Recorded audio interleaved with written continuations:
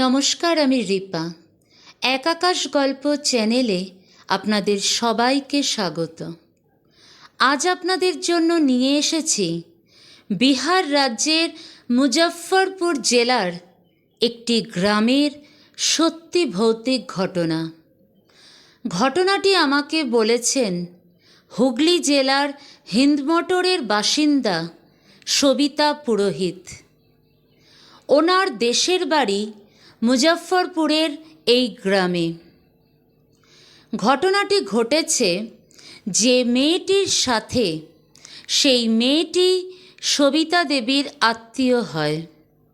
তাই সবিতা দেবীর আপত্তি থাকায় মেয়েটির নাম এবং গ্রামটির নাম এখানে উল্লেখ করতে পারলাম না। শুরু করছি আজকের সত্যি ভৌতিক ঘটনা। এটি 2005 সালের ঘটনা। যে মেয়েটির জীবনের ঘটনা এটি, সেই মেয়েটি তার পরিবারের সাথে মুজফ্ফরপুর জেলার ওই গ্রামেই থাকত। সেই গ্রামেরই একটি পরিবারের একমাত্র ছেলের সঙ্গে মেয়েটির বিয়ে ঠিক হয়। তখন মেয়েটার বাবা মা তাদের পরিবারের কুলপুরোহিতকে মেয়েটা এবং ছেলেটার জন্মছক দেখায়। জানা যায় মেয়েটা মাঙ্গলিক।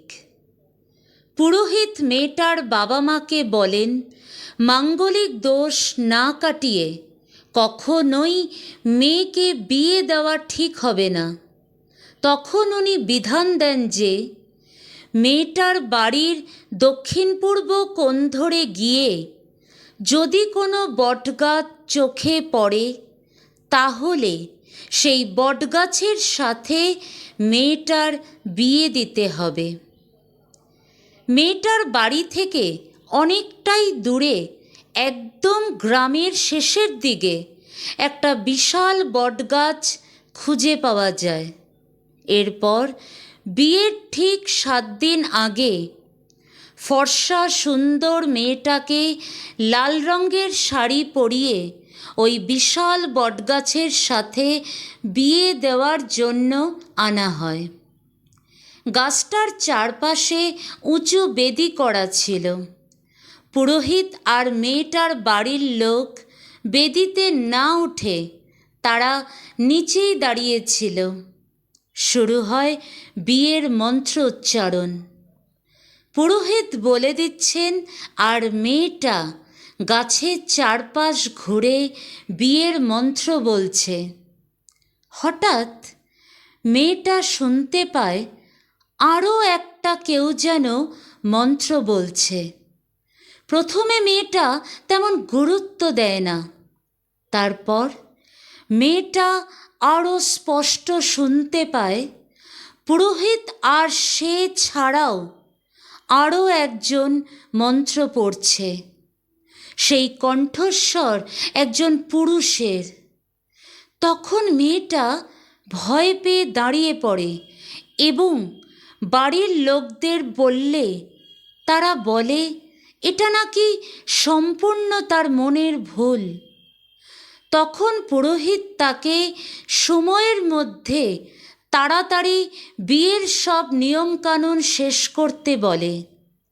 যাই হোক, মেয়েটাও তখন মনের ভুল ভেবে বিয়েটা সম্পূর্ণ করে। কিন্তু বিয়ে শেষ করে মেয়েটা যখন সকলের সাথে বাড়ি ফিরছিল, হঠাৎ তার খুব শীত করতে আরম্ভ করে।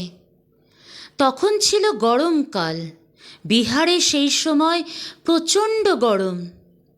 কোনো রকমে মেয়েটার মা তাকে ধরে বাড়ি নিয়ে এলেও সেদিন রাত থেকে তার খুব জ্বর আসে। জ্বরের ঘোরে সে ঘুমোচ্ছিল ঠিকই, কিন্তু হঠাৎ চিৎকার করে। সেই চিৎকার শুনে তার বাবা মা ছুটে এসে জিজ্ঞেস করতে থাকে যে তার কি হয়েছে, চিৎকার করছে কেন। তখন মেয়েটা ভয়ে কাঁপতে কাঁপতে বলে সে স্বপ্ন দেখেছে যে লাল শাড়িটা পরে তার গাছের সাথে বিয়ে হলো, সেই শাড়িটা পরিয়েই সবাই তাকে শ্মশানে নিয়ে যাচ্ছে, কারণ সে মারা গেছে। কোনো ভয় নেই, কিচ্ছু হবে না, এরকম বলে মেয়েটার মা তাকে শান্ত করে। সেই রাতটা কোনো রকম কাটলেও পরদিন সকালে যেই মেয়েটা তার ঘর থেকে বেরোতে যাবে, হঠাৎ তার কানের কাছে কেউ যেন বলে ওঠে, চলো। মেয়েটা প্রচণ্ড ঘাবড়ে যায়, আর সে ঘরের বাইরে বেরোয় না। তারপর থেকে বারবার কানের কাছে সেই একই কথা শুনতে পায়, আর সেই কণ্ঠস্বরটা ছিল একজন পুরুষের। তখন মেয়েটার মনে পড়ে এই কণ্ঠস্বর তো সে আগেও শুনেছে, যখন তার বটগাছের সাথে বিয়ে হচ্ছিল। খুব ভারী একটা পুরুষের গলা। বাড়ির লোকদের সবটা জানালেও তারা কেউ বিশ্বাস করে না। শুধুমাত্র মনের ভুল ভেবে ব্যাপারটা উড়িয়ে দিয়ে তাকে আনন্দ করতে বলে, কারণ বিয়ের আর 6 দিন বাকি ছিল। কিন্তু আনন্দ করা তো দূরের কথা, মেয়েটা কেমন যেন পাল্টে যেতে থাকে। সে তার ঘর থেকে বেরোতো না, কারোর সাথে কথা বলতো না, এমনকি কিচ্ছু খেত না পর্যন্ত। 2 কান চেপে ঘরের মধ্যে বসে থাকত। শুধুমাত্র তার মা কাছে গেলে ভয়ে কেমন যেন করতে করতে মাকে বলতো, তার কানের কাছে সব সময় পুরুষের গলায় কেউ বলে, চলো, কিন্তু সে কাউকে দেখতে পায় না। এইভাবে আরও 3 দিন কাটার পর বাড়ির লোকজন ভয় পেতে থাকে। তখন তারা বাড়িতে ডাক্তার ডাকে, কিন্তু কোনো লাভ হয় না। ওই ফর্সা সুন্দর মেয়েটা আস্তে আস্তে কালো হয়ে যেতে থাকে। পরিস্থিতি খুবই ভয়ঙ্কর দেখে কুলপুরোহিতের কেন যেন সন্দেহ হয়। উনি মেয়েটার বাবা মাকে বলেন, পাশের গ্রামে ওনার পরিচিত একজন তান্ত্রিক আছে, তাকে এই মুহূর্তেই ডাকাটা খুব দরকার। কিন্তু বিষয়টা 5 কান হলে মেয়েটার যদি বিয়ে ভেঙে যায়, সেই আতঙ্কে তারা আর তান্ত্রিককে খবর পাঠাতে দেয় না। যেহেতু মেয়েটা তার মা ছাড়া কারোর সাথে কথা বলতো না, তাই বিয়ের আগের দিন তার মা তাকে খুব বোঝায় পরের দিন বিয়ে বলে। মেয়েটা হঠাৎ চিৎকার করে বলে সে কিছুতেই কাল বিয়ে করবে না, তার বিয়ে হয়ে গেছে। সে আরও বলে তাকে নাকি এবার চলে যেতে হবে। সব শুনে তার মা প্রচণ্ড ভয় পেয়ে যায়।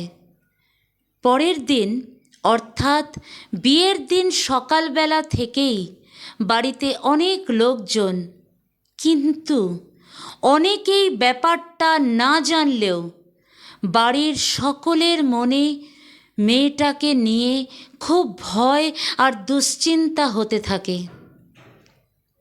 সন্ধেবেলা বিয়ের সময় তার মা তাকে ঘর থেকে আনতে গেলে দেখে মেয়ে ঘরে নেই। সবাই মিলে সারা বাড়ি তন্ন তন্ন করে খুঁজেও মেয়েটাকে কোথাও দেখতে পাওয়া যায় না। কুলপুরোহিতের তখন কি যেন মনে হতেই উনি সবাইকে গাছের ওখানে যেতে বলেন।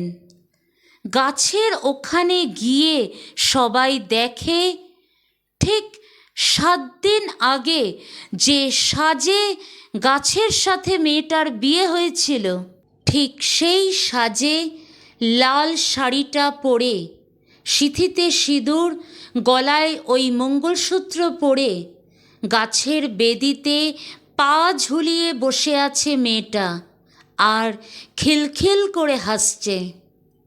পরিস্থিতি ভয়াবহ দেখে আর এক মুহূর্ত দেরি না করে পুরোহিত তার পরিচিত সেই তান্ত্রিককে পাশের গ্রাম থেকে ডেকে আনার জন্য লোক পাঠান। মেয়েটা কেমন যেন পাগলের মতো করছিল, কখনো হাসছে আর বেদিতে বসে পা দোলাচ্ছে, আবার কখনো ওই গাছের চারপাশে দৌড়চ্ছে। এরপর তান্ত্রিক এসে তার সব পুজো পাঠ ক্রিয়াকলাপ করার পর মেয়েটার দিকে তাকিয়ে বলে, ওকে ছেড়ে দে, তুই চলে যা। তখন ওখানে উপস্থিত সকলেই দেখে মেয়েটাই একটা ভারী পুরুষের গলায় বলছে, 7 দিন আগে এই মেয়ের সাথে আমার বিয়ে হয়েছে, আমি কিছুতেই যাব না, মেয়েটাকে সাথে করে নিয়ে যাব। তখন তান্ত্রিক মেয়েটার জীবন বাঁচানোর জন্য বুদ্ধি করে বলে যে মেয়েটাকে ছেড়ে গাছে ফিরে যেতে, কারণ মেয়েটার সাথে আজ আবার তার বিয়ে দেওয়া হবে। এই কথা শোনার পর আত্মাটা মেয়েটার শরীর ছাড়তেই মেয়েটা গাছের ওই বেদিতেই অজ্ঞান হয়ে পড়ে যায়। তখন তান্ত্রিক কৌশলে গাছের চারপাশটা মন্ত্র দিয়ে বেঁধে ফেলে এবং যত তাড়াতাড়ি সম্ভব গাছটা কেটে ফেলতে বলে। এরপর তান্ত্রিক মেয়েটার মাকে বলে, এখনই এই গাছের সামনেই মেয়েটার মাথায় জল ঢেলে তার সিঁথির সিঁদুর ধুয়ে ফেলতে হবে। তান্ত্রিক আরও বলে, সামনের যে অমাবস্যা আসছে সেই অমাবস্যার রাতে বিয়ের এই লাল শাড়ি, গলার মঙ্গলসূত্র আর হাতের লাল চুড়ি সব একসাথে আগুনে পুড়িয়ে ফেলতে হবে। শুধুমাত্র গাছ কাটলেই হবে না, এগুলোও না পোড়ালে মেয়েটাকে মৃত্যুর হাত থেকে কেউ বাঁচাতে পারবে না।